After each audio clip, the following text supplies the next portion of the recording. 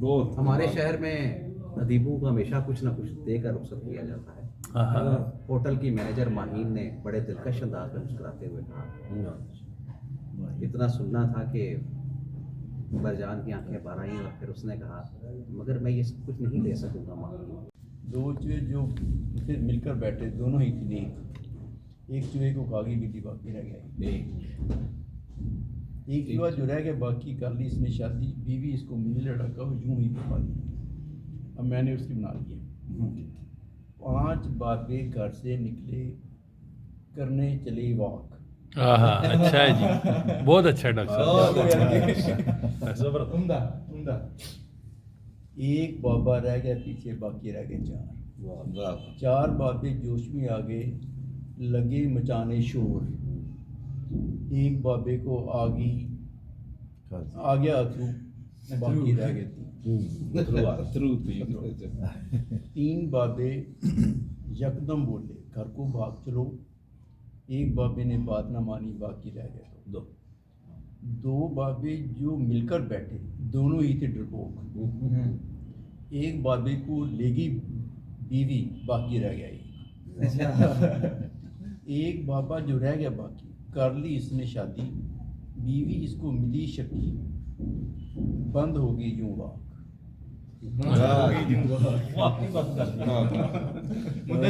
کیا واک بند کی ہے سر. ویسے بابوں کا آپ نے انتخاب ٹھیک کیا. اب 2 تو باقی میں خود بابا جی. وہ آخری والا کون تھا یہ بتائیں. 2 رہ گئے 2 تے وچوں وہ آخری والا بتا دیں بس, میرے ساتھ تو نہیں بیٹھے ہوئے. میں نثر کے حساب سے شروع کیا تھا تو پھر انہوں نے تو سنا دی نظم, ورنہ میں پہلے سناتا. آپ اپنا افسانہ آپ کا جو ہے 1 صفحے کا افسانہ ہے, میں اسی لیے آپ سے بس اس کی نظم کے ہی بر وزن ہے, اس میں بھی اتنا نہیں ہے. افسانہ ہے 5ویں سمت. جی 4 سمتیں ہیں تو 5ویں سمت.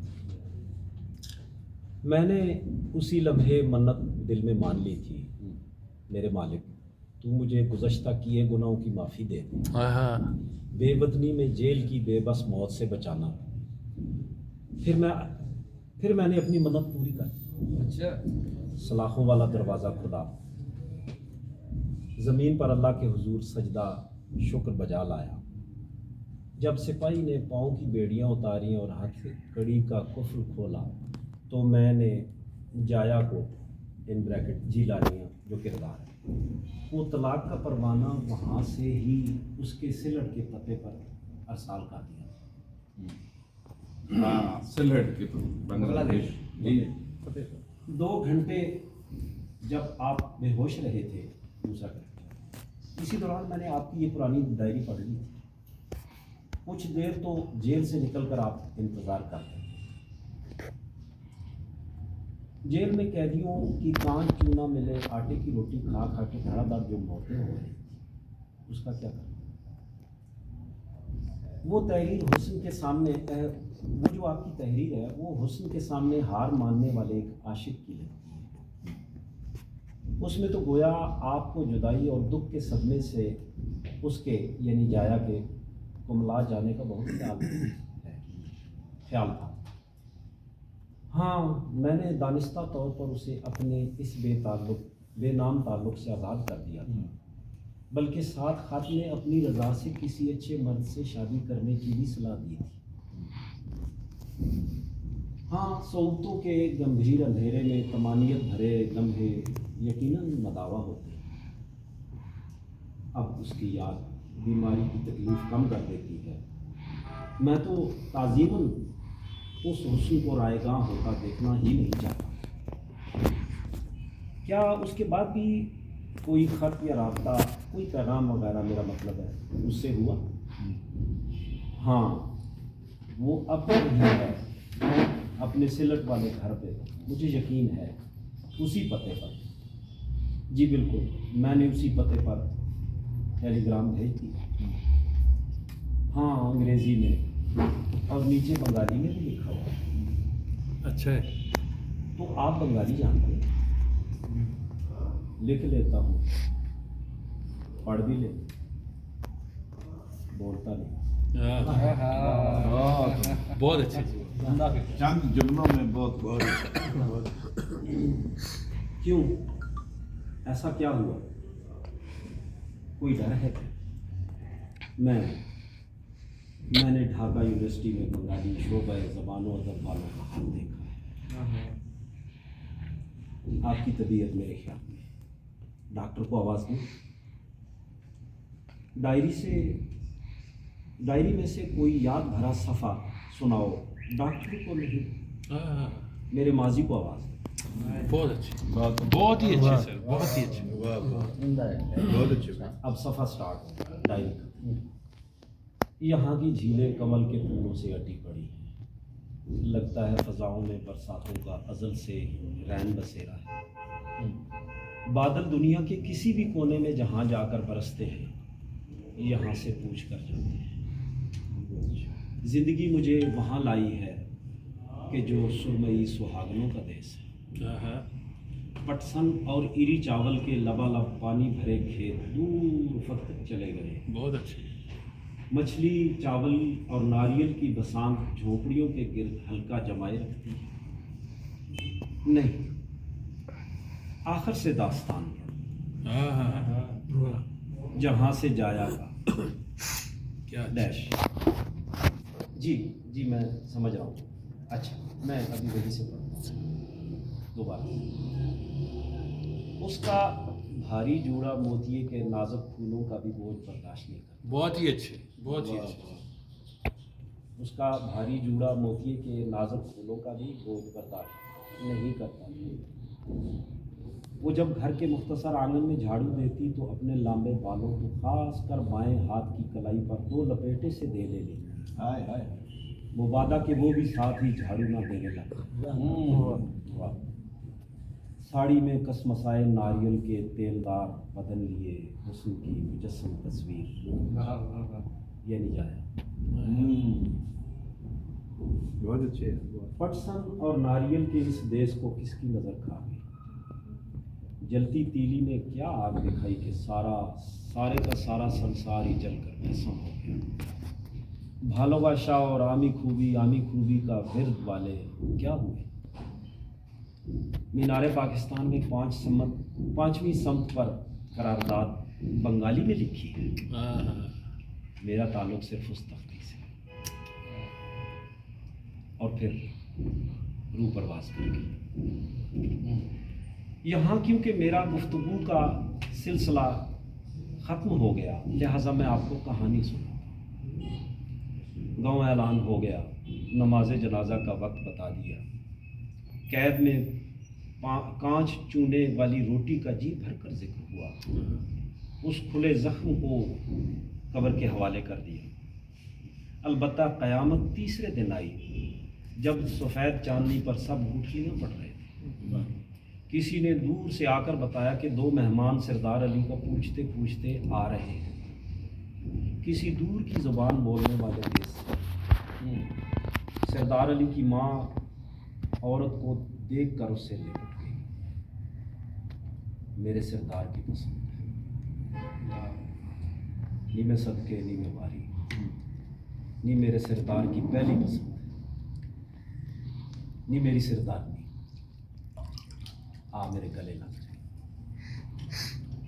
ایسے لگا کہ جیسے زخم کے ٹانکے ادھڑ گئے. جایا کہ دوسرے خامن کو ٹوٹی پھوٹی جو اردو آتی تھی اس کو صرف ایک ہی گلا تھا, ان بریکٹ ترجمہ.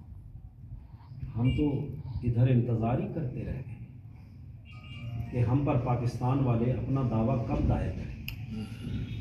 واہ واہ. آپ نے تو مڑ کر بھی نہیں دیکھا. کشمیر کی طرح ہم بھی تو آپ ہی کا حصہ ہیں. بہت اچھے. بہت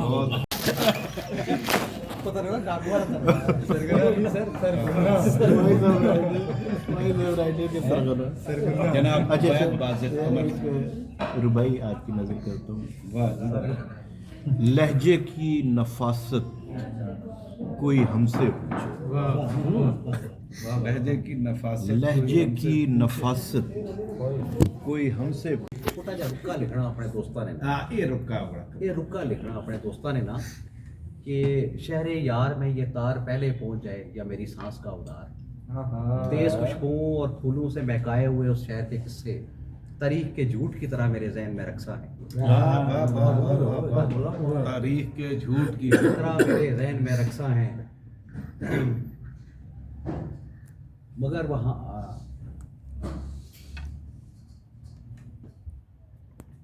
تاریخ کے جھوٹ کی طرح میرے ذہن میں رقصہ ہیں، مگر وہاں خیال پختہ بھی خام تھے اور نظر کے زاویے بھی وہی کے جو عام تھے، مگر وہاں خیال پختہ بھی عام کیا خام مخفف تھے نثر کہتے ہیں، اور نظر کے زاویے بھی وہی کے جو عام تھے، جادو کی اس نگر میں میری محبت بھی نظر سحر ہو گئی، رسول شہر نے جانے اینی پہ کیا پھونک ڈالا کہ وہ ساتھ چلتے چلتے غائب ہوگی، بول تماشا گاؤں میں ڈلی چھاؤں اور کیا سناؤں، لو اتنا ہی کہوں اور جاؤں کہ آج کی شام وہاں نہ پہنچنے والوں کے نام۔ ہائے ہائے کیا بہت زبردست علی صاحب، زبردست جی، ہمیشہ کی طرح سے شہر بے مثال تک پہنچنے کے لیے بہت عمدہ، بہت اور کمال۔ اس طرح آخری فکرہ یہ سا جو ختم ہو آخری گئی، مصرع آخری مصرع بول تماشا گاؤں میں ڈلی چھاؤں اور کیا سناؤں، لو اتنا ہی کہوں اور جاؤں کہ آج کی شام وہاں نہ پہنچنے والوں کے نام، یعنی جڑے شہر بے مثالی نہیں پہنچے، نہیں ہائے ہائے جہاں نہ پہنچنے مطلب اچھا اس کے آخر جو ہونا کہ جدو ہی ٹرین اس نے رکنی اپنے اسٹیشن پہ، اس کے دل اس نے مطلب کہ نا بہت ہو جانا، اس نے دوست جڑے گرانے بکھلتے ہوئے نا وہ دوڑ پے اپنے چادراں پرنے کندے کھڑکی دا، ٹھیک ہے نا، اتنے وہ رائٹر لکھنا سارے اسلام اس طرح ہونا کہ وہ رائٹر آخنا کہ اپنا، مگر جب تک اس کے دوست ٹرین کی کھڑکی تک پہنچتے، بس ایک دل کا رشتہ تھا جو دنیا سے ٹوٹ چکا تھا، قلم اس کے ہاتھ سے چھوٹ چکا تھا، ہائے ہائے کیا بات ہے، فنش شہر بے مثال تک پہنچنے جملے میں یہ ٹکڑا کے کسی چیز بڑا اچھا ہونا کہ جو دوسری محبوبہ آئینی فون کرتی نا اس کے اپنے شہر کہ تو میں نے دسے بغیر پھلا نے شہر چاہ گئے، ایک پھلا نے شہر ہونا، ایک بولوں کا شہر ہونا، ایک پھولوں کا شہر، ایک بولوں کا شہر، وہ بولوں کی شہر سے پھولوں کے شہر میں آیا ہوں، اسی محبوبہ کہنی اس کی کہ یار تو میں نے دسے بغیر آ گیا، میری سہیلی سال تو تھا منظر میری، میں نہ آئی تو میں نے دسے بغیر، وہ کہنا ایک منٹ صبر کر جا، میں نے تھوڑا سمجھنا دے شہر کی، پھر تو بھی آ جائیں، وہ کہنی نہیں میں ابھی اسی وقت بیگ باغنے آنے لگی، اس ٹائم فکرہ کہنا تو آنا مثالی شہر میں منتظر خیالی لوگ میں وہ کلام ہوتے ہی تمام ہو جایا کرتے ہائے ہائے مثالی شہر میں منتظر خیالی لوگ میں بے کلام ہوتے ہی تمام ہو جایا کرتے ہیں، اس نے کہا محبوبہ، لیکن محبوبہ آ ہی جاڑی اس پہ مطلب اس طرح، اس لیے بہت سارے اس طرح فکرے سے ایک ہوٹل پہنچنا تھا جدوں تو وہ کہنی کہ آپ اپنا شاتی کارڈ رکھنا تو کمرہ لینے واسطے، تو کہنی کہ یہ بتائیے کہ آپ کا یہاں داخلہ اور رہائش فری بھی ہو سکتی ہے اگر آپ چند سوالوں کے جواب دیں دیں، وہ کہنی کہ اگر ان سوالوں کا جواب اگر اس بات ہی جو ہے تو تھوڑی سب کچھ رہائش تو فری کرتا ہے، کھلا نہ شہر ہے، وہ کہنا اگر اس نے جواب نفی جو ہے تو پھر میرے اتنے کہہ لگے آ گیا سی، پہلے تو کھلا نے دس لگتے مطلب وہ کہنے نہیں آپ بتائے تو صحیح کہ آپ نے کبھی کسی سے محبت کی ہو، کہنا کسی ایک سے، کہنی ہاں کسی ایک ہی سے، کہنا میں نے تو کبھی کسی فرد واحد سے محبت نہیں کی، لیکن میں تو کسی فرد واحد عمر، کہنا لیکن میں نے کسی فرد واحد سے محبت کری، یہ اس بات غلط ہو گیا تھوڑا، دوسرا کسی نے محبت ہی نہیں کی تھی، اچھا چلو کبھی کچھ تخلیق کرنے کی کوشش کی ہو،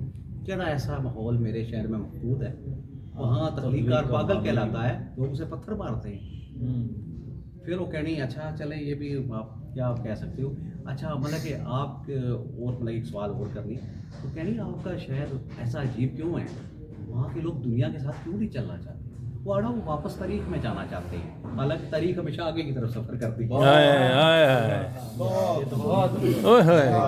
کیا تاریخ کا استعمال کیا ہے شہر بے مثال تک پہنچنے کے لیے، بس ایک چھوٹے جے یہ تو ڈاکٹر راندہ حسین کا وہ اچھا اس طرح شروعات شادی جی سی نا بڑی رومانٹک سی، بڑے اچھے سے کہ وہ بھی کیا شہر تھا، ہستی ہوئی آنکھوں کا ایک نگر تھا، خوشیوں کے ایسی ڈگر تھا جس پہ خوش لباس مرد اور خوش شکل عورتیں خوش خرامی اچھالتی پھرتی تھی، فضائیں جب خوشبو ابالتی پھرتی تھی تو گلی گلی جیسے گلوں سے مہک جاتی، روش روش رنگوں سے تہک جاتی، لدے پھدے اشجار ان کے درمیان سے مہکتی ٹھنڈی ہواؤں سے جب چومنے لگتے تو ان کے ساتھ سارے ہی نظارے گھومنے لگتے. لہجے کی نفاست کوئی ہم سے پوچھے، معیار بلاغت کوئی ہم سے پوچھے، الفاظ و معانی کے شناور ہیں، اردو کی لطافت کوئی ہم سے لہجے کی نفاست کوئی ہم سے پوچھے، معیار بلاغت کوئی ہم سے پوچھے، الفاظ و معانی کے شناور ہیں ہم، اردو کی لطافت کوئی ہم سے پوچھے. اچھا جی، ایک نظم بس چھوٹی سی سناؤں گا. اداس کیوں ہو، اداس کیوں ہو یہ ہجر موسم، ہر ایک بدن پر لکھا ہوا ہے. وصال لمحوں کی یاد میں ہم نئی رتوں کا لباس پہنے ملا کریں گے. اداس کیوں ہو یہ ہجر موسم، ہر ایک بدن پر لکھا ہوا ہے. وصال لمحوں کی یاد میں ہم نئی رتوں کا لباس پہنے ملا کریں گے. کبھی ہم آیا کریں گے ملنے ہوا کی صورت، تمہیں پکاریں گے بارشوں میں. کبھی ہم آیا کریں گے ملنے ہوا کی صورت، تمہیں پکاریں گے بارشوں میں. کبھی شعاؤں میں پھیل کر ہم تمہاری جانب سفر کریں گے. کبھی کسی موج میں سمندر پہ رقص کرتے تمہیں ملیں گے. کبھی کسی موج میں سمندر پہ رقص کرتے تمہیں ملیں گے. خزاں رتوں میں شکستہ پتوں کی سرسراہٹ میں کچھ کہیں گے.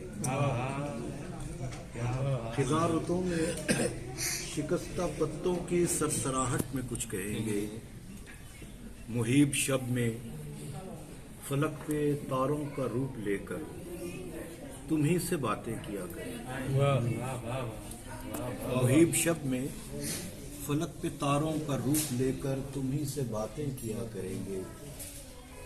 بہار موسم جب آئیں گے تو تمہارے آنگن میں پھول بن کر کھلا کریں گے.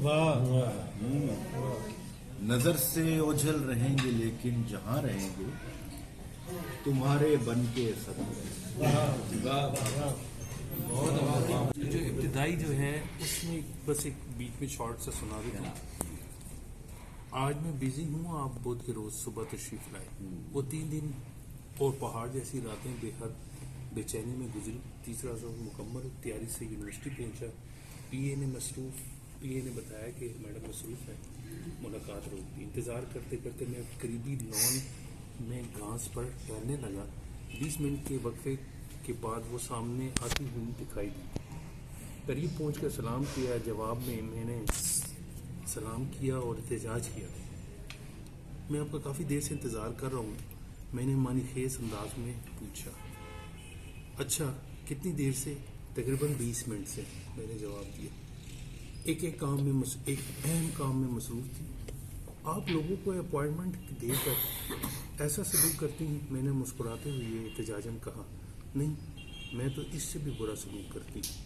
اس کے برجستہ جواب نے مجھے حیران کر دیا، جس پر پہلے میں گھبرایا، پھر اس کی آنکھوں میں دیکھا. اس کے حسن کی فراوانی نے مجھے سنبھلنے میں مدد دی اور میں گویا ہوا.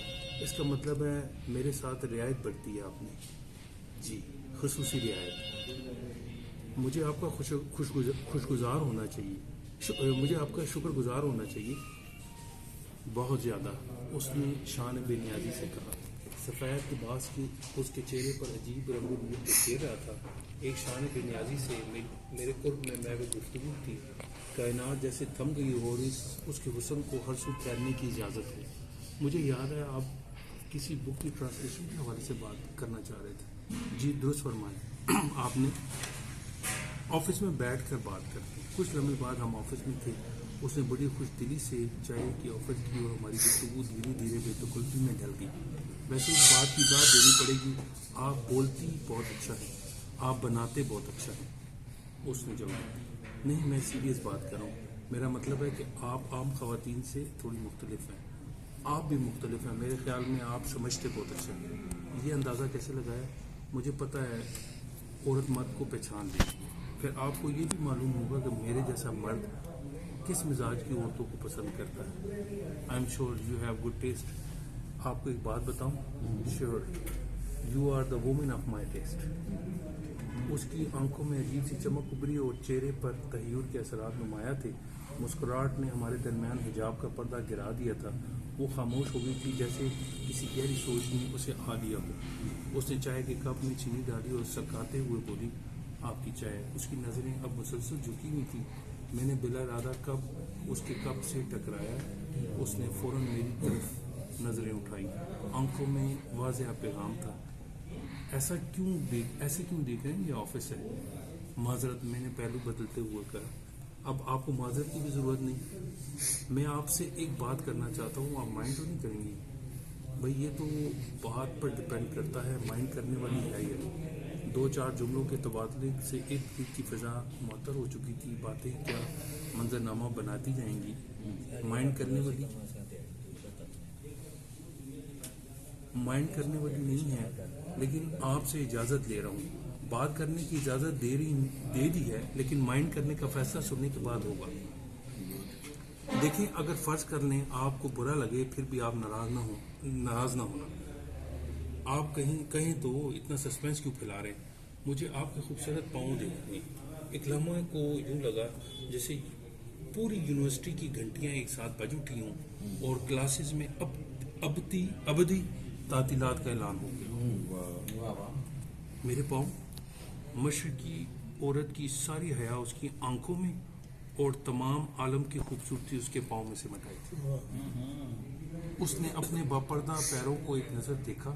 ہمارے درمیان خاموشی گفتگو کر رہی تھی. بہت بامانی، پر لطف اور پرسرور لمحات کائنات میں شاید دوبارہ جنم نہیں لے پائیں گے.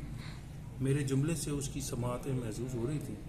دماغ اس غیر متوقع خواہش کسی اجنبی سے توقع کر نہیں سکتا تھا. ویسے یہ پلیز آپ مائنڈ نہ کریں، میں نے بات کاٹتے ہوئے کہا. مائنڈ تو نہیں کیا، لیکن اس دل کو چھو لینے والی خواہش آپ جیسا مرد ہی کر سکتا ہے. بہت عرصے بعد کسی نے ایسی زندگی سے بھرپور طلب کی ہے. مسٹر، آپ کرتے کیا ہیں؟ ابھی تو کوئی خاص نہیں کرتا. گفتگو کے ساتھ خواہش بھی بہت خاص ہے. آپ نے مائنڈ تو نہیں کیا؟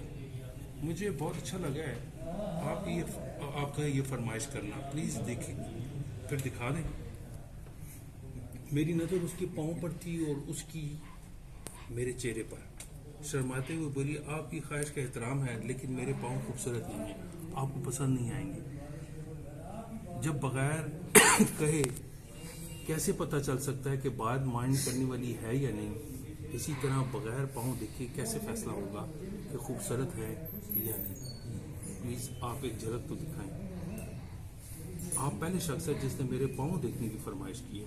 اس نے شرماتے ہوئے آنکھیں بند کر لیں اور اپنے خوبصورت گورے گورے پاؤں کو دھیرے دھیرے بھرانا کرنے لگی. کائنات اس رضامندانہ بھرنگی پر محو رقص تھی. واہ کیا حسین پاؤں ہیں، کاش چھو لوں تو. یہ سنتے اس نے پاؤں ہٹا لیے اور پاؤں باپردہ ہو گئے. اس نے آنکھوں کو واہ کیا. اس وقت فقط میں اور میرا نام تھا. یہ اٹھا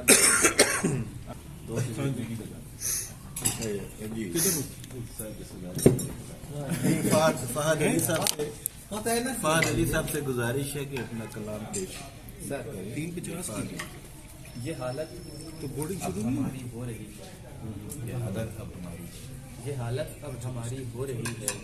محبت دل پہ طاری ہو رہی ہے. کوئی انسان یہاں ملتا نہیں ہے. کوئی انسان یہاں ملتا نہیں ہے، مگر مردم شماری ہو رہی ہے. کوئی انسان یہاں ملتا نہیں ہے، مگر مردم شماری ہو رہی ہے. بچھڑ کر آپ بیٹھے ہیں سکون سے، بچھڑ کر آپ بیٹھے ہیں سکون سے. ہمیں کیوں بے قراری ہو رہی ہے؟